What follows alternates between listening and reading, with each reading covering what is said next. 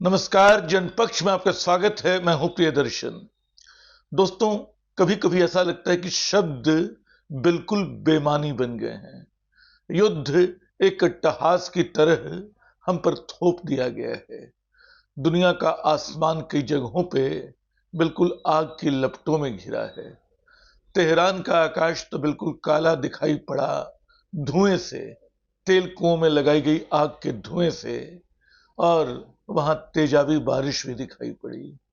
तो लगता है कि जैसे धमाकों के बीच, आगजनी के बीच, रोती चिल्लाती भीड़ के बीच, चीखते हुए सत्ताधारियों के बीच शब्दों का, कविताओं का, साहित्य का क्या मोल है। लेकिन वो मोल है, वो प्रतिरोध हमें करना पड़ेगा।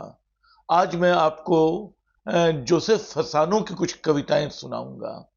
मुझे कम से कम ये अमेरिकी उपन्यासकार और कवि हैं, और इनकी दो कविताएं मैं लेके आया हूं। लेकिन उसके पहले जो बातें कहना चाहता हूं, एक तो ट्रंप का जो बयान है, पिछले दिनों आया, बिल्कुल बर्बर किस्म का बयान। वो बताते हैं कि हिंद महासागर में ईरान के जिस समुद्री जहाज को, जिस युद्धपोत को मार गिराया गया, अमेरिकी सेना ने मार गिराया, ट्रंप ने पूछा कि तुम लोगों ने इसे अपने कब्जे में क्यों नहीं ले लिया, इस्तेमाल कर लेते उसका। तो सैनिकों ने जवाब दिया ट्रंप के मुताबिक कि हमें डुबोने में ज्यादा मजा आया। और ट्रंप इस पे हंसता है। तो ये हंसता हुआ ट्रंप असल में इंसानियत पे, हमारी आवाजों पे हंस रहा है। वो लोगों की मौत पे हंस रहा है। ये हंसी उसे तब आ रही है जब ईरान के एक स्कूल में उसकी गिरी हुई मिसाइल ने 160 बच्चियों की जान ले ली। अलग अलग स्कूलों में मिसाइलें गिर रही हैं, और अमेरिका का तर्क है कि उसके बगल में सैनिक प्रतिष्ठान है। पूरे ईरान में 10,000 से ज्यादा लोग गायब हैं, और अंदेशा यह है कि इनमें बहुत लोगों की मौत हो चुकी होगी। लोग हंस रहे हैं, ट्रंप हंस रहा है, उसको मजा आ रहा है। और नष्ट क्या क्या हो रहा है।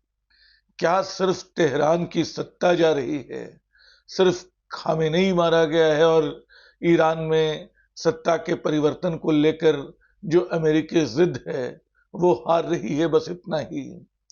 बहुत कुछ नष्ट हो रहा है। आप देखेंगे बहुत सारी डॉक्यूमेंट्रीज ईरान को लेकर आपको मिल जाएंगी यूट्यूब पे। परसों मैं एक देख रहा था, और उसको देखते हुए लगता है कि ईरान प्राकृतिक रूप से, भौगोलिक रूप से, ऐतिहासिक रूप से कितना समृद्ध इलाका रहा है। कैसी तहजीब, कैसी सभ्यता वहां विकसित होती रही है। वहां एक तरफ जो रेगिस्तान है, उसका जादू अलग तरह का है। रंग बदलते रेतों का, पत्थरों को आकार देती हवाओं का, प्रकृति के अपने स्थापत्य का, जिनको देखकर लगता है कि इसको जरूर किसी मनुष्य ने बनाया होगा। और मनुष्यों ने जो बनाया है वो स्थापत्य बिल्कुल अलग तरह का है। ईरान बहुत बड़ा देश है। वहां लाखों साल पुराने जंगल हैं, वर्षावन हैं, बेहद समृद्ध वनस्पतियों का संसार है। क्या इन सब पे भी मिसाइलें गिर रही हैं?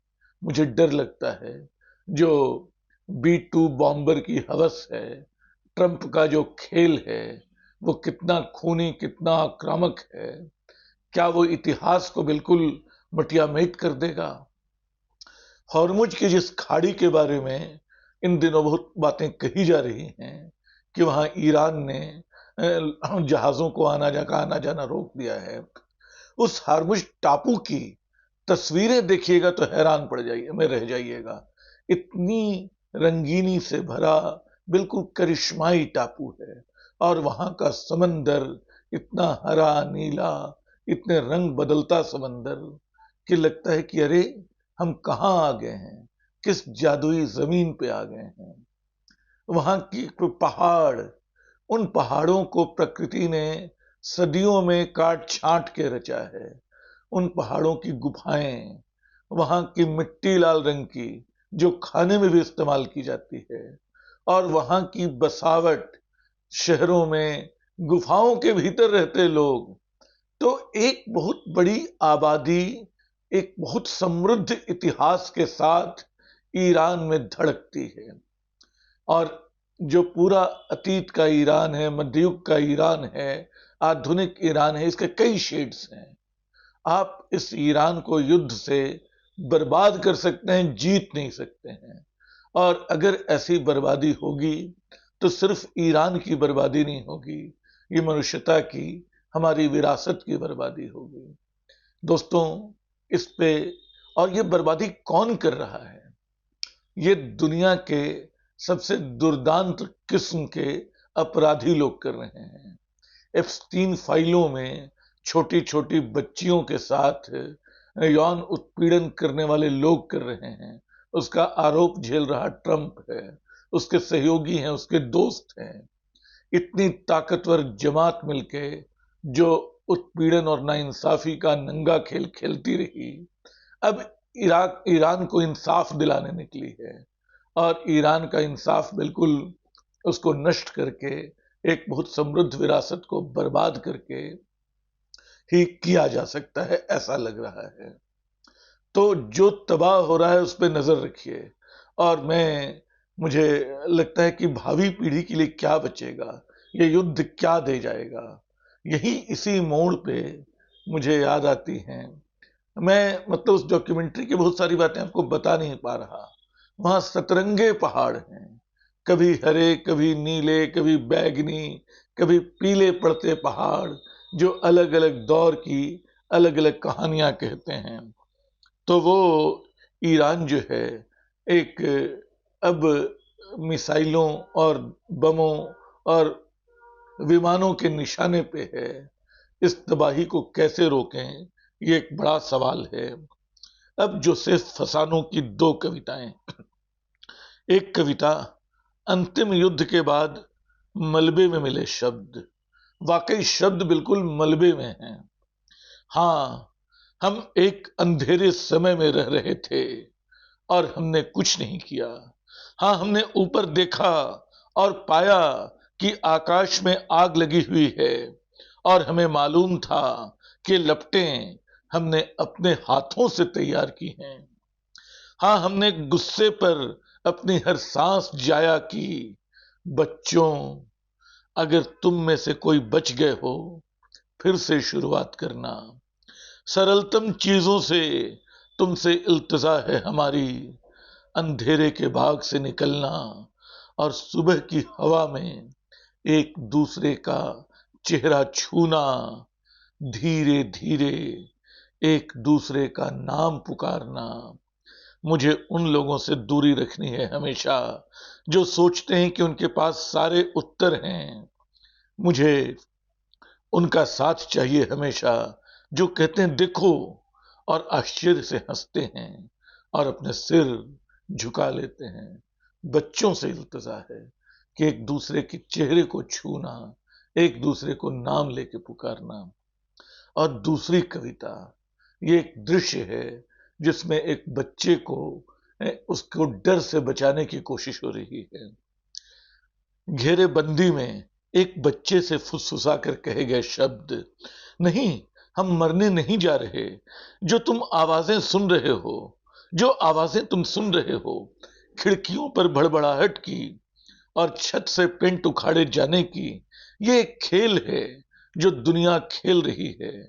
हमारा काम अंधेरे में दुबके रहना है जब तक मुमकिन हो, और अपने ही दिलों की धड़कन गिननी है। बढ़िया, इसी तरह अपना हाथ मेरे दिल पर रखो और मैं अपना हाथ तुम्हारे दिल पर रखता हूं। हम में से वो जीतेगा जिसे खेल बिल्कुल अंत तक रास आएगा। हाँ, ये खत्म होने जा रहा है। तुम अपने हाथ की जगह अपने कान लगा सकते हो यहां मेरे दिल पर। यह तेज क्यों धड़क रहा है? तुम्हारे लिए, बस इतना ही। मैं हमेशा ही चाहता था तुम जन्मो, यही दुनिया चाहती थी। नहीं, ये घर में किसी अजनबी के बूटों की आवाज नहीं है। हाँ, मैं यहां हूं, हम सुरक्षित हैं। एक बच्चे को बोल रहा है। शतरंज याद है छुपम छुपाई, वह गीत जो तुम्हारी मां गाती थी, चलो वह गीत गाएं। वह अब भी हमारे साथ है, हाँ, लेकिन तुम्हें गाना है बिना आवाज किए, यही उसे अच्छा लगेगा। नहीं, ये बूटों की आवाज नहीं है, गाओ जोर से गाओ, गाओ। ये नहीं, ये बूटों की आवाज नहीं है। तुम्हें बताता हूं मैं कैसे रोया था जब तुम जन्मे थे। ये बूटों की आवाज नहीं है, ये सायरन की आवाज नहीं है, कहीं लपटे नहीं हैं। अपनी आंखें बंद करो, शतरंज की तरह, छुपम छुपाई की तरह। जब खेल खत्म होगा तुम्हें मिलेगा दूसरा जीवन। दोस्तों, मैं ईरान की कल्पना करता हूं, इसके पहले गाजा भट्टी की कल्पना करता था। बेमानी है सारी कल्पनाएं, बेमानी है सारे शब्द, लेकिन एक बच्चे की स्मृति में कई चीजें बची रह जाएंगी, जो बचा रहेगा। और उसे मालूम होगा कि युद्ध जो है कितना खतरनाक है, और वो उस बच्चे पे लादने वाले लोग कितने खतरनाक, कितने बड़े अपराधी हैं। ये याद रखना जरूरी है, जैसे हम अपराधियों की एक दुनिया में रहने को मजबूर हैं। फिलहाल इस मायूस लगने वाली बात के साथ ही इस टिप्पणी को खत्म करता हूं। शुक्रिया।